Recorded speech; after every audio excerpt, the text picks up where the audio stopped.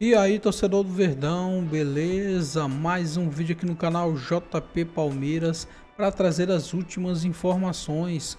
Tô trazendo aqui para vocês o Sport TV News, falando tudo sobre o jogaço de hoje à noite, galera. Palmeiras versus Corinthians, jogo de volta da Copa do Brasil. Esse jogo vai acontecer no Allianz Parque às 21h30. Fica aí até o final do vídeo, não se esqueça de deixar aquele like, beleza? 9h30 tem Palmeiras e Corinthians no Allianz Parque. Primeiro, a Júlia Dotto, trazendo as últimas ao vivo do CT do Palmeiras. Júlia, seja bem-vinda, bom dia. Fala Mari, Raed, Vini, amigos ligados. Hoje é dia de jogo quente, a gente já tá batendo ponto cedinho aqui na frente do CT, os jogadores também já estão por aqui, na verdade os jogadores posaram, passaram a noite concentrados aqui no CT, o Palmeiras teve um treino ontem à tarde e já ficou por aqui. Hoje pela manhã o time tem mais uma atividade leve, tática, que é corriqueira já com o Abel Ferreira em dias em que os jogos são à noite. Nesse último treino o Abel deve esboçar a equipe titular, mas a gente já tem aí esse modelo meio traçado, do que deve ser a equipe palmeirense para o jogo de hoje. A dúvida vai ficar realmente ali em quem vai fazer a dupla de zaga com o Gustavo Gomes. Isso porque as principais opções, que seriam o Murilo e o Bruno Fux, são dúvida, O caso do Bruno Fux, com um edema na coxa, ele ainda está fazendo trabalhos internos no núcleo de saúde e performance, portanto, a presença dele nesse jogo está descartada. O Murilo já começou o processo de transição física na última sexta-feira. Ele não teve condições de treinar integralmente com os companheiros, portanto, é uma dúvida e uma incerteza bem grande para essa partida. A minha aposta, e aí já vou deixar bem explícito que é uma aposta, uma opinião, é que ele deve ser pelo menos relacionado para o jogo de hoje, considerando a grandeza desse confronto, a necessidade de vencer e também considerando que o Abel tem como opções o Mikael e o Benedetti. Então, se o Murilo não for nem relacionado, o Mikael é a primeira opção como titular e ficaria apenas o Benedetti, menino da base do Palmeiras, no banco para uma decisão desse tamanho, um derby desse tamanho. Então, bora botar na tela um provável Palmeiras que não tem grandes novidades, O Everton no gol, Giai, Gustavo Gomes, aí possivelmente Mikael e Piquerez. Aníbal Moreno como primeiro volante, Lucas Evangelista como titular mais uma vez na ausência, desde que saiu o Richard Rios, Maurício e no ataque Facundo Torres, o Vitor Roque e o Sousa vem se destacando, vem jogando muito bem. O Felipe Anderson já voltou a ficar à disposição, ele teve uma inflamação no quadril, mas no jogo contra o Vitória ele já esteve à disposição, mas o Sousa vem jogando muito bem, sofreu um pênalti no último jogo, já deu 2 assistências em 5 partidas pelo Palmeiras, então a tendência natural é que esse jogador aí siga tendo esse espaço no elenco.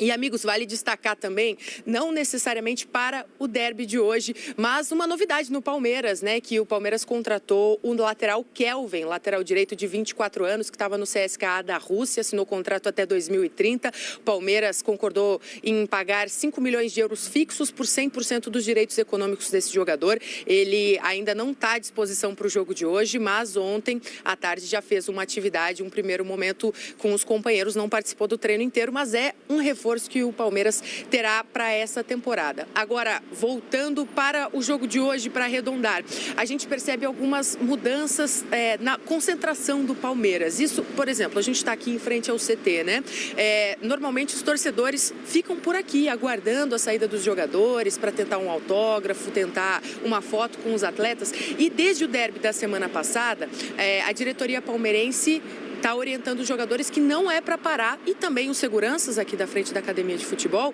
que não é para os torcedores ficarem aqui. Portanto, é um momento de blindagem completa com os jogadores. Os torcedores que passaram por aqui ontem até conversaram conosco, meio chateados com essa decisão, mas fato é que o Palmeiras está tentando fazer essa blindagem, foco, concentração completo no elenco. Afinal de contas, é tido como o jogo mais importante da temporada e o Palmeiras não tem tido um bom retrospecto nesse quesito de viradas em mata-mata. Na Copa do Brasil, desde que o Abel chegou, não conseguiu virar, ou seja, se classificar depois de estar perdendo a partida de ida em nenhum jogo da competição, gente. Beleza, Júlia, enquanto você falava aí no início, para dar uma variada, alguém passou fazendo homenagens ao Corinthians, né? Porque eu ouvi algumas vezes um vai Corinthians. Claro, tem que ter do jogo, vai Corinthians. Não apareceu, Júlia, a gente não viu, a gente só ouviu. Então, vou colocar na tela Palmeiras e Corinthians em 2025. Palmeiras e Corinthians, não precisa olhar para o século todo, pode ser o dia da semana que você quiser, tá? Observem que em jogos de mata-mata, decisivos ou eliminatórios, né? Em 2025 só deu Corinthians. E mais que isso, o Palmeiras não marcou contra a equipe corintiana. Ah lá, ó. O último, vamos de cima para baixo, né? Na fase de grupos, a gente teve um 1-1. Ah, olhando para a fase de grupos também, que eu falei só de mata-mata. Mas no 1-1, o Palmeiras marcou. Aliás, no 1-1. Na fase de grupos, o Palmeiras marcou e foi 1-1. Não venceu, mas marcou. Aí chegamos às finais. O Corinthians, jogando no Allianz, fez 1-0 e esse foi o resultado que garantiu o título, porque em Itaquera, 0-0. O Palmeiras não marcou, portanto. No Brasileirão, aí sim, a gente tem uma vitória e 2 gols marcados. 2-0. Só que voltando para a história dos jogos decisivos, eliminatórios e tal, jogo de ida das oitavas de final, 1-0 Corinthians. Então, quando a gente olha para os jogos de mata-mata, o Corinthians esse ano foi superior, usou uma estratégia mais assertiva, foi mais feliz, Raed. 3 jogos realizados em partidas eliminatórias, né? A final do Paulista e o jogo da Copa do Brasil, 2 gols marcados. A diferença, para mim, é que eram jogos sob comando do Ramon Dias. Por mais que seja o mesmo esquema tático, é um outro treinador. É o Dorival que comanda a equipe. Manteve ali esse losango no meio de campo, fazendo alguns ajustes na marcação para evitar os corredores do lado do campo. Mas é um Corinthians ainda em evolução, com, se não me engano, o 3º ou 4º jogo só, que ele conta com o trio que, teoricamente, foi o trio que levou o Corinthians à Libertadores na arrancada do ano passado. Terceiro jogo, obrigado, Vini. Que é o Garro, o Yuri Alberto e o Memphis. Eu estava olhando essa sequência de jogos em 2025, Mari, de novo, não é um dado que vai mudar, né, o preço do dólar, por mais que a gente, né, quisesse, né, essa mudança no preço do dólar, mas não é o caso, amigo, já estou adiantando. Agora, nos 5 jogos desse ano, foram 3 pênaltis e nenhum gol marcado, porque naquele empate na fase de grupos, 1-1, o Estevão teve a oportunidade de marcar um pênalti, o Hugo Souza defende. Na final, teve um pênalti também, o Rafael Veiga desperdiçou, o Hugo Souza defendeu. E agora, nessa última partida, o Everton acaba defendendo um pênalti também do Yuri Alberto. Então, lembrando, né, o Corinthians tem essa vantagem, mas se o Palmeiras vencer por um gol de diferença, a partida vai ser decidida nos pênaltis. E o Corinthians tem se dado melhor ultimamente.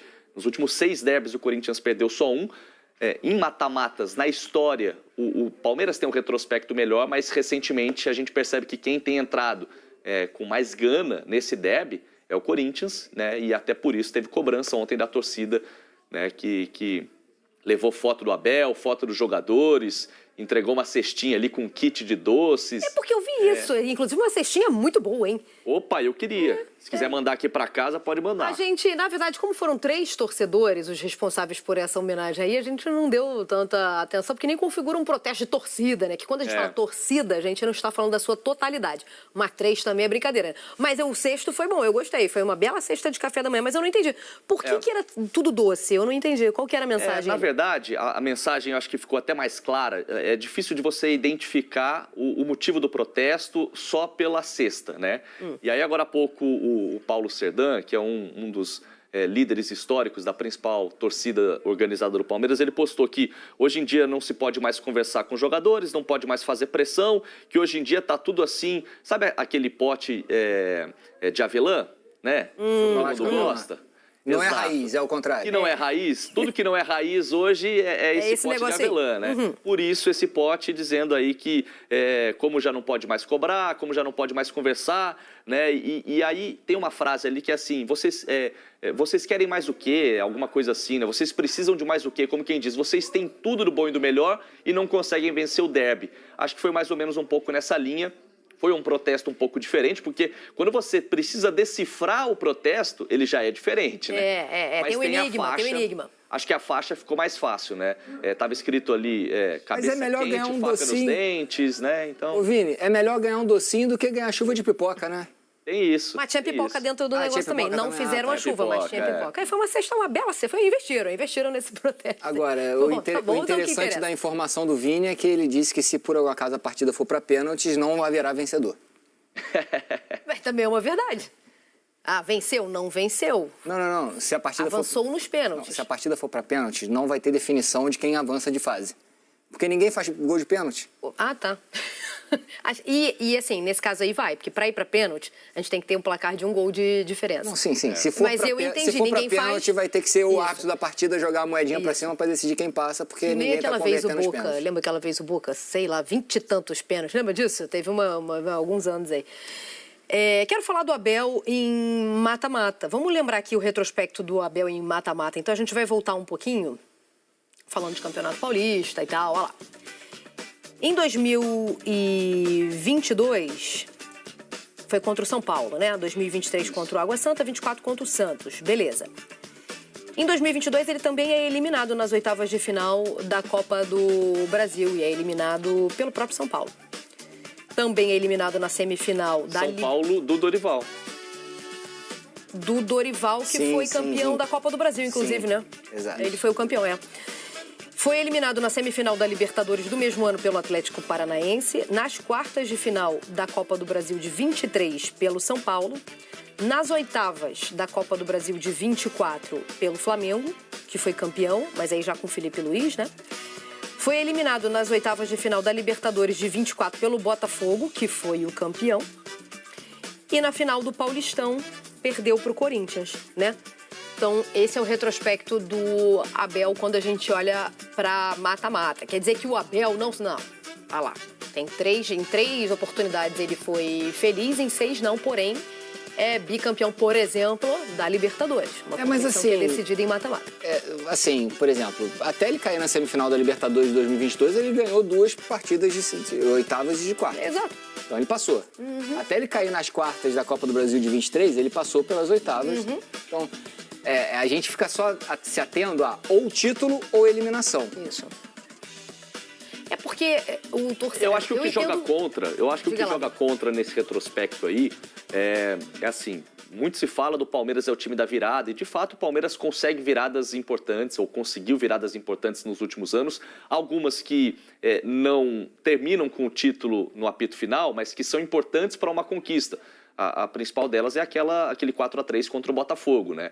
Não valeu taça depois dos 90 minutos, mas foi importante para essa arrancada. Então o Palmeiras é realmente esse time que até o último minuto não desiste, consegue viradas improváveis ou vai buscar empates em jogos complicados, mas de 9 mata-matas, você conseguir reverter a situação em 3, sendo que os 3 foram em campeonatos estaduais, onde teoricamente o nível é mais fraco, ainda que tenha sido em clássicos, né, contra rivais, São Paulo e Santos, passa a impressão de que quando o mata-mata é numa partida mais complicada, num campeonato mais difícil, Copa do Brasil ou Libertadores, o Palmeiras não tem se dado tão bem. E eu acho que é isso que preocupa o torcedor palmeirense. Acho que é o recorte recente também, né? No ano passado foi uma equipe que acabou não conseguindo os objetivos principais de título. É uma equipe que caiu prematuramente na Copa do Brasil e na Libertadores, que por mais que tenha disputado o título com o Botafogo do Brasileiro, acabou não sagrando campeão. E aí você tem um histórico de um ano pesando no ano seguinte. Então, eu acho que é mais por aí e um confronto direto contra um rival, um derby, valendo classificação ou não da Copa do Brasil nas oitavas de final. E aí, Raed, eu acho que tem um ajuste de expectativa também, porque eu lembro que lá no início do ano, logo depois de Paulinho e Vitor Roque, a gente reajustou, não sei se de forma correta, se estava bem regulado esse ajuste. A gente reajustou as nossas expectativas com base no elenco que o Palmeiras tinha. E ainda tinha o Richard Rios e o Estevão também, mas esses 2 nomes. Então, eu acho que a gente esperava não só resultado, porque está muito cedo para falar disso e o Palmeiras está brigando, é um dos favoritos, né? A título de brasileiro, ainda. E pode virar na Copa do Brasil também, enfim, pode brigar em todas as competições de que participa. É só porque também não é um tremendo de um fuém, né? Mas eu acho que em desempenho... Tremendo do quê? De um fuém. Fuém. fuém, não é, longe disso. Em desempenho, com base nas nossas expectativas, o Palmeiras está devendo. E eu acho que esse reajuste aí foi meio cruel, entendeu? A gente faz expectativa de acordo com o investimento que a equipe faz. Porque a partir do quando o Palmeiras não fazia investimento, pegava da base e conquistava, a gente, nossa, que excelente trabalho. Porque a gente está fazendo expectativa em cima do que foi investido. Agora, a base do Palmeiras é uma base multicampeã. Você tem investimentos enormes na base do Palmeiras para colocar esses jogadores nos profissionais e eles renderem. Foi o caso, por exemplo, do Estevão recentemente, do Endrick, que hoje no time principal do Palmeiras você tem ali entrando direto o Alan, você tem o Luigi, você tem o Thales, você tem diversos jogadores que poderiam suprir a ausência ali dos titulares pegando os jogadores da base. Só que o Palmeiras foi no mercado, gastou muito dinheiro e você imagina que você vai crescer o patamar da equipe. A entrega vai ser proporcional ao gasto.